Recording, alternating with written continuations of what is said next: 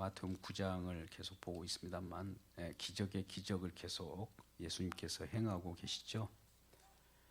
그것은 이제 말씀의 권세에 대한 부분입니다. 우리가 어떤 기적을 행할 때 기적 자체는 말씀으로부터 오는 기적인가 아니면 말씀이 아닌 다른 데서 오는 기적인가가 분별돼야 합니다. 사단의 무리들도 광명의 전사로 여러 기적을 일으키기 때문입니다. 그러나 그 기적은 기적의 끝이 열매가 무엇이냐를 확인하면 됩니다. 생명으로 나타나는 기적이냐 아니면 그냥 화려하게 보이는 것으로 끝이 나는 기적인가를 보면 합니다.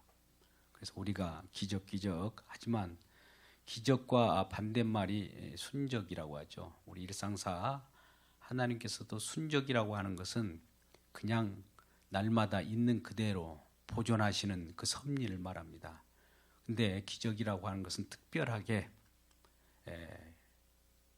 기존 어떤 흐름과는 달리 새로운 것을 창출해서 보여줄 때 기적이라고 하는데 그 부분도 말씀으로 기적을 일으킬 때가 있습니다.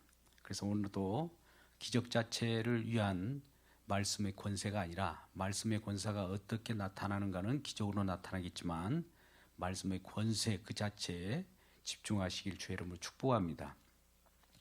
지난주도 마찬가지로 나는 의인을 부르러 온 것이 아니라 죄인을 부르러 왔노라 하면서 예수님께서 말씀하시기를 나는 긍휼 베풀기를 원한다. 은혜 주기를 원한다. 우리 주님을 그렇게 우리가 받아들이지 않습니까? 근데 우리는 어떤 하나님 앞에 지극정성 다하면 하나님께서 우리의 지극정성을 받으시고 그에 대한 대가로 무엇인가 줄 것으로 통상 찾아가게 되죠. 이것을 이제 종교라고 하는 겁니다. 우리 기독교만 있는 것이 아니라 어디나 보편적인 현상이지만 우리 기독교만큼은 다르죠. 우리 주님께서 먼저 찾아오시는 분이에요. 먼저 은혜를 주셔요. 그래서 우리가 먼저 은혜를 주셔서 하나님의 자녀됨을 알려줄 때까지는 우리가 아무것도 모르고 있습니다. 우리의 관심은 세상에 생존 문제 살아가는데 바삐 살아갑니다. 누구나가 정신없이 살아갈 거예요. 그게 바로 먹고 사는 문제인데요. 이게 생존의 문제예요. 누구나 예수를 믿든 안 믿든 누구나 생존 문제에 다 걸려 있습니다. 그런 관심거리가 생존에 먹고 사는 문제에 관심을 갖고 있을 때에 그럼에도 불구하고 가끔 진리에 생명에 관심을 갖는 자들이 나타나요. 근데 스스로 관심을 갖게 될까요? 그건 아니에요. 그것은 하나님께서 은혜를 주셔서 그 관심을 갖는 자에게 관여했기 때문입니다. 하나님이 말씀으로 그에게 터치했기 때문이에요. 그를 찾아주셨기 때문입니다. 우리가 이와 같이 예배 가운데 나오는 것도 그냥 우리가 나오는 것이 아니라 하나님께서 관여하셔서 예배 가운데 또 말씀 가운데 인도함을 받게 되는 겁니다. 이러한 진리에 또 생존보다도 생명에 관심을 갖는 자들이 가끔 발생하는 그 원인은 하나님의 만지심이고 하나님께서 관여하신 결과라고 우리는 성경에서 말씀하고 있습니다. 그러면 하나님께서 관여하셔서 하는 일이 무엇일까요? 하나님께서 많은 사람들은 세상에 관심을 갖고 생존 문제, 바삐 먹고 사는 문제, 바삐 그렇게 살아가는데도 불구하고 우리는 그런 가운데서도 생존 문제가 아닌 생명 문제, 진리의 문제를 가지고 이렇게 찾아올 때에 이렇게 찾아오게 된 동기가 하나님께서 우리를 관여하신 결과인데 이렇게 하나님께서 관여하신 그 결과로 하나님께 관여하셔서 어떤 일을 하시려고 이렇게 관여하실까요? 그렇게 하셔서 관여하신 일들이 우리에게 관여하셔서 하신 일이 뭘까요? 그건 간단합니다. 하나님이 누구신가를 알게 하시는 거예요. 하나님이 누구신가? 그것을 아는 자를 만들어내는 것을 백성을 만들어낸다고 그래요. 하나님이 누구신가를 알 때 우리는 구원받은 백성이 되는 거예요. 생명을 얻은 백성이 되는 거고요. 다른 사람들은 생존에 잠시 생존이라고 하는 것은 유한한 어떤 잠시 있다가 없어지는 생명을 생존이라고 합니다. 그러나 영원한 생명을 얻는 자는 예수 그리스도 하나님 누구신가를 알게 하나님께서 가르쳐 줘요. 어떻게 가르쳐 줄까요? 성령을 보내셔서 지혜의 성령께서 우리에게 오셔서 우리가 성령을 받게 되면 우리 마음 가운데 예수가 누구시며 하나님이 누구신가가 밝히 알게 돼요. 성령은 진리의 성령이시고 성령은 지혜의 성령이시기 때문에 진리를 가르쳐주고 지혜로서 우리에게 역사하시기 때문에 예수님이 누구신가, 하나님이 무슨 일을 하시는가에 관심을 갖게 해요. 많은 사람은 지금 한 푼이라도 더 벌려고 거기에 힘쓰고 경쟁하는 동안에 우리는 하나님이 누구신가, 예수님이 누구신가, 그분의 공로에 관심을 가질 수 있는 것은 다른 기적보다도 최고의 기적입니다. 병든 자가 일어나는 것도 기적이지만 예수가 누구신지를 알게 되고 예수를 믿었다는 것은 그 어떤 기적보다도 큰 기적이에요. 그래서 오늘 그런 부분들을 오늘 18절부터 26절까지 이 어떤 치유의 내용을 가지고 우리에게 알려주는 겁니다. 첫 번째 치유 내용은 이런 부분이 있어요. 예수께서 말씀하실 때 한 관리가 와서, 어떤 직원이 왔어요. 와서 예수님께 절하며 이르되 내 딸이 방금 죽었어요. 빨리 오셔서 그 몸에 손을 얹어 주소서. 그러면 살겠나이다. 이 관리의 딸이 죽었대요. 예수님께 급히 달려와서 내 딸 그 몸에 손을 얹어서 좀 살려주세요 라고 하는 것이죠. 그러면 우리는 이 표면적으로 이렇게 볼 때는 살려달라는 소원으로 이렇게 예수님께 부탁한 것처럼 보이잖아요. 근데 사실 죽은 자를 살려주는 거, 애원해서 그것을 부탁을 들어주시는 예수님으로 보고 예수님께 찾아온 것으로 우리가 쉽게 생각하지만 사실은 예수님의 소원이 죽은 자도 살리시고 생명의 예수님이라는 것을 알고 찾아오게 되는 것이죠. 예수님은 죽은 자도 살리시는 권세가 있는 분임을 알고 그런 믿음으로 찾아온 거예요. 이미 죽어버렸잖아요. 여기는 죽었어요 지금. 우리는 가능성이 있다고 할 때 뭔가 거의 그래도 이렇게 죽어가는 자, 거의 거반 죽을 때 그 숨소리가 있는지 아니면 맥박이 뛰는지 이런 걸 확인하고 가능성이 있을 때 누구한테 부탁을 합니다. 그렇죠? 오늘 본 말씀에 지금 마태복음을 우리가 강론을 나누고 있지만 같은 병행 구절인 마가복음과 누가복음에는 거의 죽었다라고 해요. 완전히 오늘은 죽었다 이렇게 완전히 죽은 것이 아니에요. 그러면 죽어갈 때는 우리 인간이 그래도 거기에 기도를 하고 죽어가는 자에게 뭔가 우리가 합심해서 기도할 때 일으켜 세우심을 받을 수 있다라는 가능성을 가지고 기도하지 않습니까? 네, 죽어버렸대요. 그럼 가능성이 없어요. 우리는 포기할 수밖에 없는 이런 지경에 있는 그 자기 딸을 빨리 와서 살려달라는 거예요.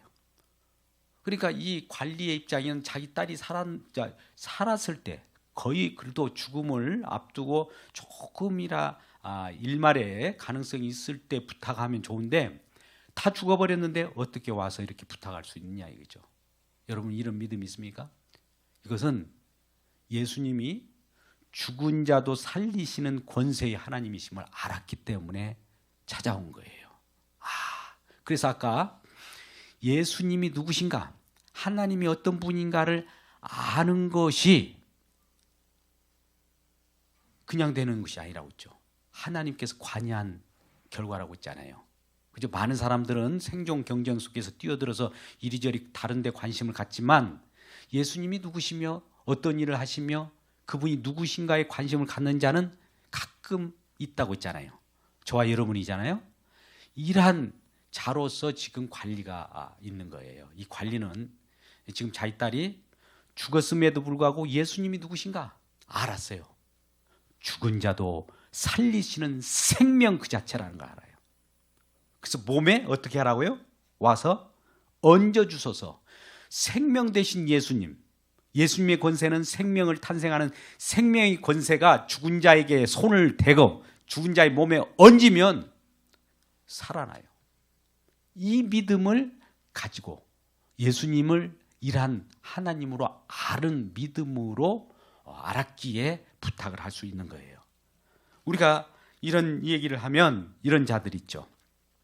이 관리들을 집에서 이 수종드는 자들이라든지 그 집에 가서 이제 이 딸이 관리의 딸이 지금 죽었잖아요. 죽은 것을 알고 이미 포기한 사람들은 어떤 표현을 하고 있냐면 23절에 관리의 집에 가서 피리를 부는 자들과 떠드는 무리들을 보셨다. 피리를 불었다는 것은 이미 죽었다는 거 고국을 하는 거고, 지금 떠드는 무리, 이제 수군거리죠. 완전히 이 딸이 죽었다고 하고, 우리가 장례식장을 가면 이렇게 저렇게 해서 죽었다네, 어떤 사람은 호상이라네, 더 살아야 되는데 빨리 돌아가셨네, 이런 얘기를 하잖아요. 동일해요. 그렇게 떠드는 거예요. 그리고 곡을 하고 그러는 거죠. 이네들은 왜 그러한 포기 상태에 있지 않습니까? 그런데 이 관리가 만약 내 딸이 죽었는데 예수님이 오시면 아마 살 거야 라고 얘기한다면 그 장례식장에 와서 피를 불고 떠드는 자들은 어떻게 볼까요? 예?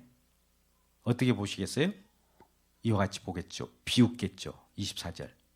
자, 예수님이 이제 이러한 관리의 부탁을 받고 그 관리의 집에 갑니다. 갔더니 예수님께서 볼 때 이르시되 물러가라. 이 소녀가 죽은 것이 아니라 잔다 하시니. 예, 우리 모든 사람은, 우리 생명은 이 생물학적으로 그것이 끝이 나면 죽었다라고 하는데요. 예수님 입장에서는 이 우리 죽음을 죽었다고 시작하지 않습니다. 우리에게 잔다라고 해요. 저와 여러분이 혹시 우리가 생물학적 생명을 다하고 죽을 때에도 이걸 죽는다 표현하지 않고 예수님께서 잔다 이렇게 표현하는 겁니다. 그래서 예수님께서 이 소녀가 죽은 것이 아니라 너희들이 끝장났어, 이미 다 포기가 됐고 가능성이 없어 라고 하는 이 소녀는 지금 잔다라고 하는 거예요. 그러니까 아이고 그 피리 불고 그 장례식장에 와서 곡을 하고 서로 떠드는 사람들이 뭐라고 해요? 그들이 비웃더라. 아무리 이 살려고 하면 살 가능성이 있어야 살리는 것이지, 이미 끝장나고 죽어버리고 숨이 끊어졌는데 아이고 그걸 죽은 것을 가지고 잔다? 이런 말을 하는 그 예수님의 말을 들을 때 조소를 짓고 아이고 비웃게 되지 않겠습니까? 오늘날도 그래요. 우리가 예수 믿고 구원받고 예수 믿으면 영생을 얻는다고 하면 아이고 그럼 우리가 밥 먹여주냐 그게. 그런데 관심이 없는 거예요. 비웃는 것, 이 사람들하고 동일한 거예요. 죽으면 죽음대로 그냥 가져가는 거예요. 자기들도 죽어가는 거예요. 같이 함몰되어 가는 쪽에 그와 같이 멸망의 길로 가는 자들이 아닙니까? 그럼에도 불구하고 아까 이 관리, 죽은 딸을 이렇게 이 죽은의 과정 속을 지켜보는 이 직원은 그럼에도 불구하고 예수님은 죽은 자도 살려. 근데 사실 보니까 죽은 자를 예수님께서는 잔다라고 보고 그를 어떻게 합니까? 무리를 예수님께서 내모신 후에 예수께서 들어가사 소녀의 손을 잡으심에, 자고 있는 자를, 그래 우리가 볼 때는 죽은 자를 생명의 손이 딱 붙잡으니까 그 생명이 그 속으로 들어가 버리는 거죠. 그러니까 일어나 버리는 거예요. 이러한 우리 주님의 생명이 저와 여러분의 삶 가운데 관여하시길 주의 이름으로 축복합니다. 이러한 일들을 지금 가르쳐 보는 거예요. 그러면 여기에서 우리는 생각할 때 죽은 자가 살아났네? 여기에 관심을 갖죠. 그러지 않습니까? 누구라도 이게 보이는 것에, 육적인 것에 관심을 가져. 죽은 자가 살아난 것은 육신적인 거예요. 그런데 사실은 이 죽은 자가 살아나게 보이는 육신적인 현상은 사실은 영적인 것으로, 말씀으로 또 시작했다는 거예요. 말씀 대신 예수 그리스도, 보이지 않지만 생명 대신 예수님의 그 생명이 보이지 않게 들어갔기 때문에, 생명이 들어간 것을 어떻게 우리가 알 수 있습니까? 단지 그 나타나는 현상만 보고 알지. 근데 예수님이 우리와 함께 접촉을 한다든지 예수님과 함께 거하면은 우리는 사는 거예요. 그러니까 예수님이 계신 곳에는 생명이 있고 예수님이 없는 곳에는 지옥입니다. 그러니까 많은 사람들이 예수 안 믿고 형통하다고 하는데 그 형통은 죽은 형통이에요. 그러나 힘들고 어렵더라도 예수님이 함께 계시면 그것은 사실은 죽은 것 같으나 형통한 삶이 되는 겁니다. 그러니까 형통하냐 안 하냐는 예수님이 함께 계시느냐 아니냐에 따라요. 하나님은 우리와 동행하느냐 아니냐에 따라서 형통과 불통이 나눠지게 되는 겁니다. 지금 1년의 과정에 관리의 딸이 지금 죽었는데 잔다라고 하면서 그의 손을 잡고 그를 일으키는 이 기적 통해서 예수님의 권세, 생명의 권세가 들어가는 예수님은 누구신가를 오늘 보여주고 있습니다. 그런데 오늘 이와 같은 과정 가운데 하나 끼어드는 것이 있습니다. 예수님께서 그 관리가 내 딸이 죽었습니다. 빨리 오셔서 손을 얹어서 좀 살려주세요 하며 그 길을 갈 때에 어떤 일이 일어납니까? 19절에 예수께서 일어나 따라가심에 제자들도 함께 따라갑니다. 그런데 그렇게 가는 와중에 12해 동안이나 혈루증을 앓는 여자가 예수의 뒤로 와서 그 겉옷가를 만졌다. 여러분 12해 동안이나 혈루증을 앓았대요. 여러분 12해 동안 혈루증, 여성으로서 혈루증, 지금 레이기 같은 경우는 혈루증을 앓는 자는 부정하다 해요. 그래서 접촉을 꺼립니다. 멀리 우리가 나병이나 이런 환자들도 스스로 정상적인 사람이 지나가면 먼저 병자가 부르짖어야 돼요. 나는 부정하다 이렇게 외쳐줘야 돼요. 그러면 그걸 알고 정상적인 사람이 저 부정한 자가 외치는 적으로부터 거리를 띄어서 피해가게 돼 있습니다. 그러지 않으면 부정하다라는 말을 안 하게 되면 나중에 돌로 쳐서 죽일 수가 있어요. 혈루증 환자도 마찬가지예요. 나는 부정하다 외쳐야 될 그런 위치에 있는 겁니다. 그런 자가 어떻게 예수님이 지나가는 그 뒤를 딱 가가지고 옷가에 손을 댔냐 이 말이에요. 예? 그도 무엇인가 들었을 거 아닙니까? 여러분 복음은 들리는 데부터 시작합니다. 여러분 우리가 믿음은 어디서부터 온다고 그랬죠? 들음에서 와요. 그러니까 복음을 전하는, 이 복음이라고 하는 것은 좋은 소식인데 사실은 우리에게 궁극적으로 좋은 소식이지만 처음에 들려질 때는 쓴소리로도 들릴 수 있고 선지자들의 말씀 책망하는 소리도 들릴 수 있고 때에 따른 위로의 말씀도 들릴 수 있고 기쁨의 말씀도 돼요. 여러 형태로 나타나요. 다양하게. 그러나 이 소식을 들었을 거 아니에요. 그 지역을 지나다니면서. 얼마나 이 여인은 18년 동안에 혈루증을 앓으면서 그 여인들도 사실 성전도 들어가지 못하고 여인의 뜰까지만 들어가지 않습니까? 거기도 들어가지 못하는 신세예요. 전혀 이방인이죠. 완전하게 배제된, 우리의 삶 속에서 배제된 외톨이 같은 신세예요. 그냥 죽어가고 어떻게 보면 세상 사람이 볼 때는 저주받은 모습이에요. 근데 이렇게 저주받은 사람의 모습, 이 자들이 어떻게 이 예수님을 만나고 축복으로 전환되는가를 보여주는 겁니다. 그러니까 우리 주님을 만나면 저주받은 인생 같은, 우리가 정말 참말로 힘들고 어려운 이와 같은 인생, 한탄하는 내 자신의 신세를 타령을 한 잔다 할지라도 예수 만나면 저주 같은 인생이 축복으로 바뀝니다. 할렐루야. 그래서 이 축복받는, 축복의 주인 되시는 그분의 옷가를 딱 만지는 거예요. 그러면 생명이 그래서 들어가게 되는 것이죠. 그러면 이 오늘 본문 말씀은 마태복음이지만 마가복음, 누가복음에서는 자기 예수님의 능력이 나갔다고 그래요. 누가 되면 능력 그 자체니까. 하나님은 말씀이잖아요. 말씀으로 이 땅에 오신 예수님이잖아요. 말씀의 권세, 말씀은 살았고 활력 있어 좌우의 날선 어떤 것보다 예리하고 그 활동력 있는 그 살아 역사하시는 말씀이기 때문에 말씀은 그냥 가만히 이론으로 있는 것이 아니에요. 말씀이 가만히 있고 우리가 움직여서 말씀을 지켜내는 것이 아니라 말씀이 우리를 지켜내요.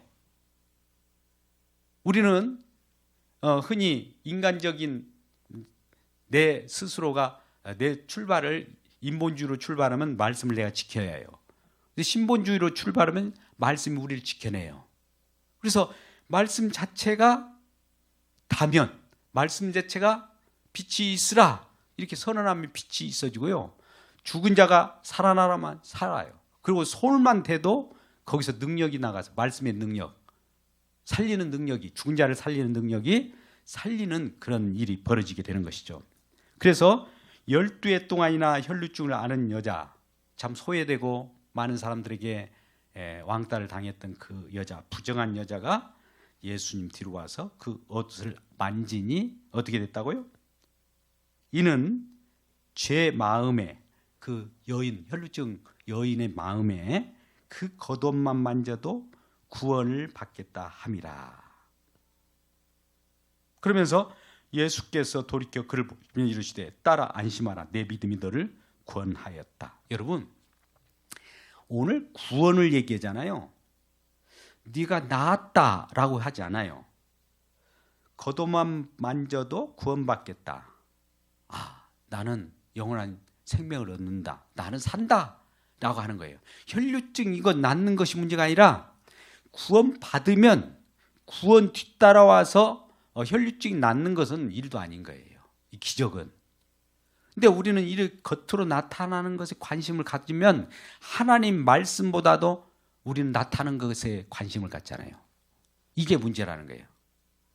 오늘날 많은 기독교에도 그래요. 나타나는 것만 쫓아다니는 사람들이 있어요. 근데 그 속에는 관심이 예수님께 관심이 있는 것이 아니라 예수님께서 그런 기적을 일으킨 그 기적에만 관심이 있어요. 자, 오늘날 쉽게 보십시다. 예수님을 잘 믿으면 나에게 큰 어떤 기적, 큰 어떤 부귀영화 이런 것이 나타날 것으로 기대하고 부귀영화를 쫓아다녀요. 그리고 예수를 이용해요. 그러면 예수님 그걸 모를까요?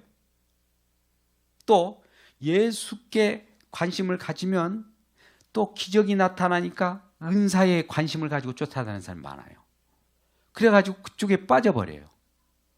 근데 이 기적은 말씀의 파워, 말씀이 얼마나, 예수가 누구신가 그것을 알려주기 위하여 기적이 나타나는 것이고, 그 육적으로 우리가 확인하는 현장이지 이 기적은 영적으로 확인하는 것이 아닙니다. 물론 육적으로 우리에게 눈에 보이게 현상으로 보여지는데 사실은 하나님의 일은 말씀의 권위가 그대로 우리에게 임하는 거예요. 이 시간은 또 우리는 그저 내 몸이 예배드리러 왔다라고 육적으로 보이지만 사실은 그 배후에 하나님께서 보이지 않지만 다 말씀의 권위로 이곳까지 우리를 인도하신 거예요.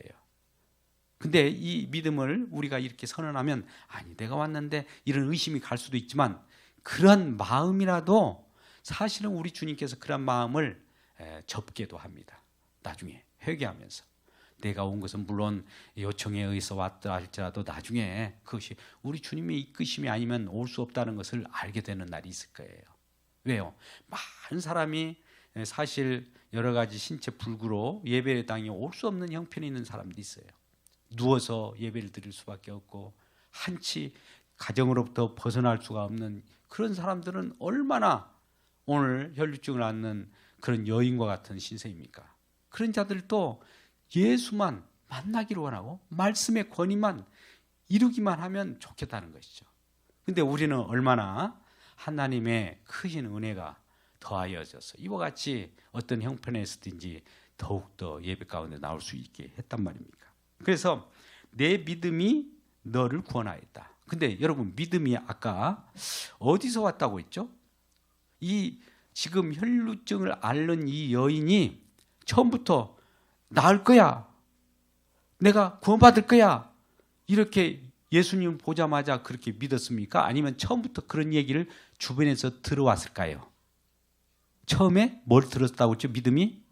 들음에서 나니까 미리 그런 소문을 미리 듣고, 앞에서 우리 지금 오늘 마태복음 9장을 하고 있습니다만 앞에 몇 번 중풍병자를 고치고 마태를 부르시고 여러 기적이 일어났잖아요. 의인을 부르러 온 것이 아니라 죄인을 부르러 왔고, 또 이런 일들을 다 들었을 거란 말이죠.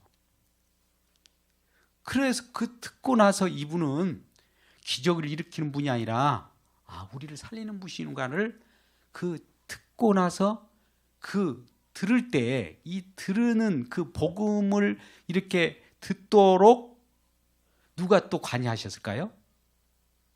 배후에 하나님이에요. 우리가 하나님 말씀을 듣도록 하는 것도 하나님께서 관여하셔야 들어요. 그 소문을 들었다니까 사람들이 소문을 내겠죠.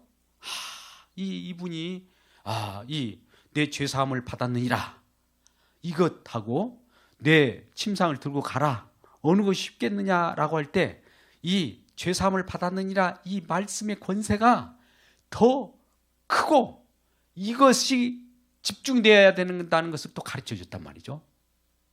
앞서서 그랬잖아요. 다시 한번 돌아볼까요? 중풍병자에게 침상을 메고 왔잖아요. 중풍병자를 어느 곳에는 지금 지붕을 뚫고 내려왔다고 하는데, 그럴 때 이 바리새인이나 다른 분들이 이렇게 저 양반이 뭘 하려고 저러지 이렇게 시험하고 있을 때 예수님께서는 그 마음을 속을 보고 많은 사람들이 그 기적을 보고자 해요. 예수님이 기적을 베푸니까 침상을 들고 가라고 하는 기적을 분명히 일으킬 거야, 병 나음을 일으킬 거야, 여기에만 관심을 가져요. 그런데 예수님은 그 마음을 가지고 이놈들이 지금 내가 기적을 베풀러 오는 걸로 착각을 하는데 그 기적은 그것이 본류가 아니고 내 말씀의 권세가 크다는 것을 알려주기 위해서 내 죄사함을 받았느니라 이 말이 권세가 더 크다는 거예요. 죄사함을 받으면 죄사함을 받을 뿐만 아니라 추가적으로 따라온 것이 기적도 따라와요.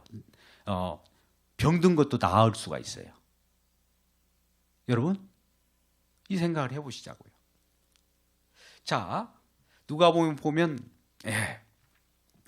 그 문둥병자, 나병 환자가 10명이 있었는데 그들에게 예수님께서 그를 치유합니다.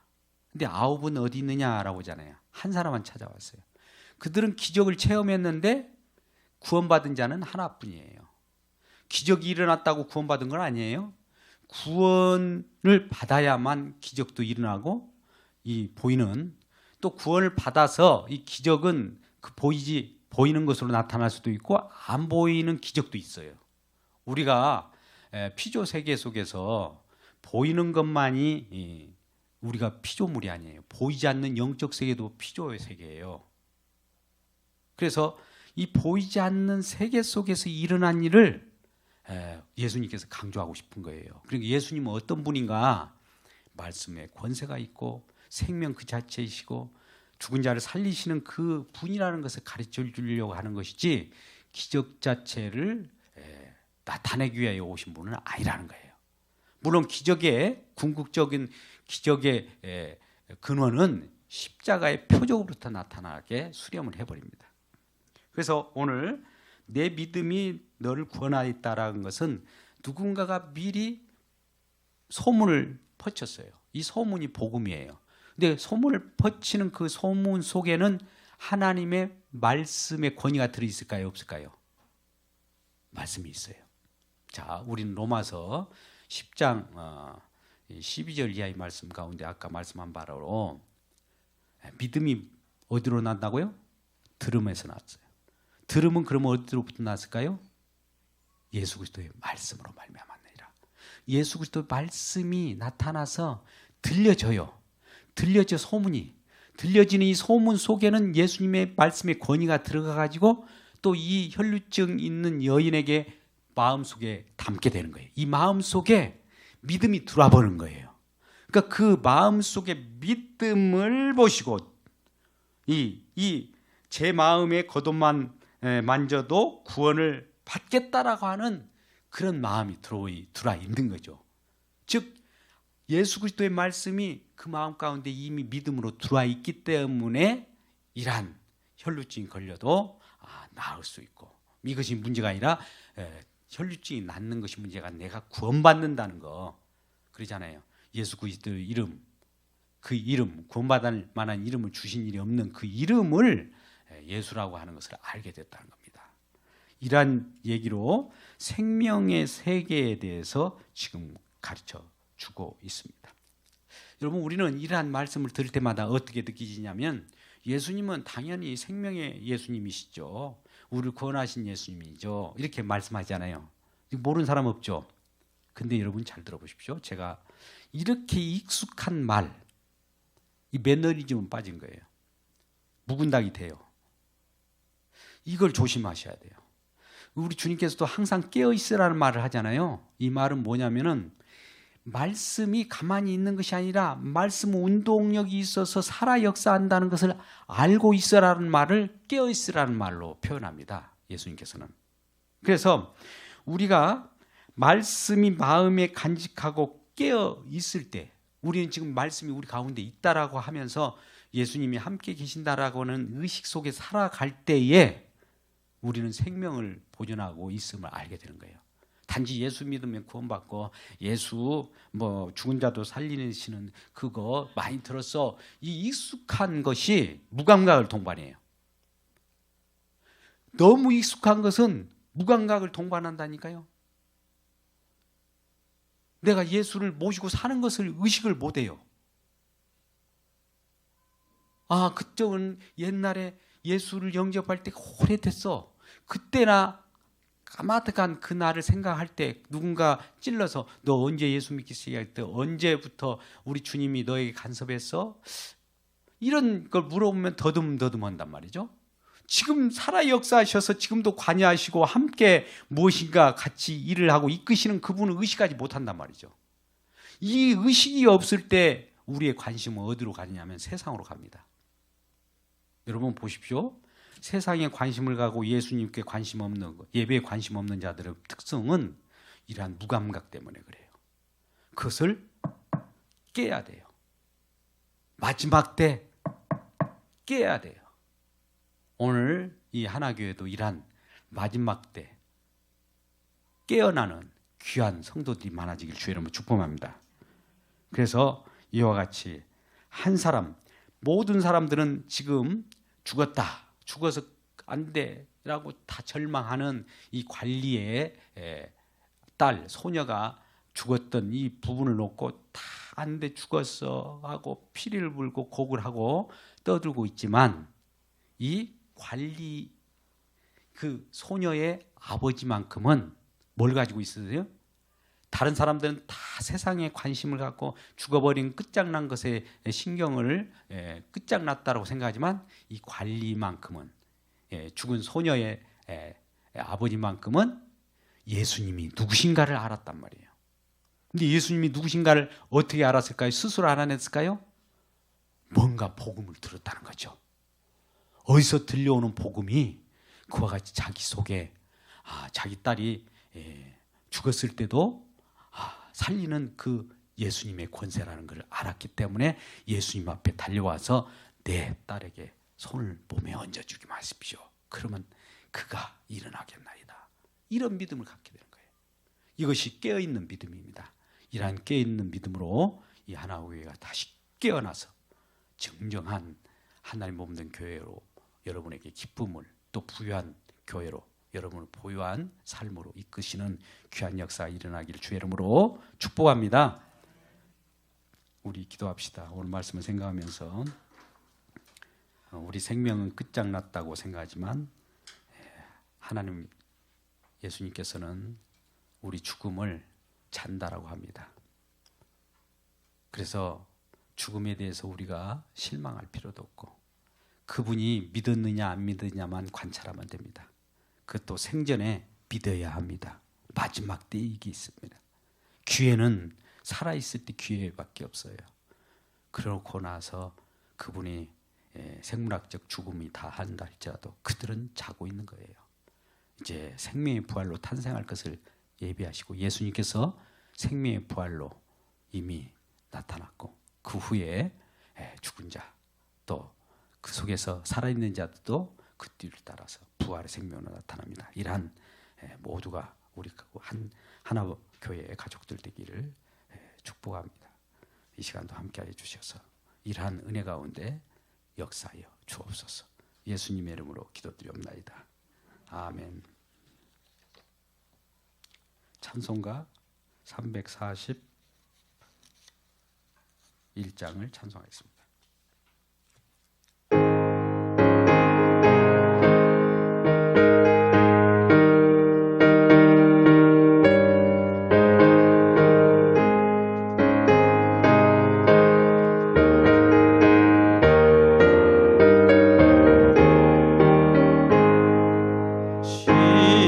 십자가를 내가 지고 주를 따라갑니다. 이제부터 예수로만 나의 보배 삼겠네. 세상에서 부귀 영광 모두 잃어버려도 주의 평안 내가 받고 영생 복을 받겠네. 주도 공용당했으니 나도 공용당하리. 세상 사람 간사하라.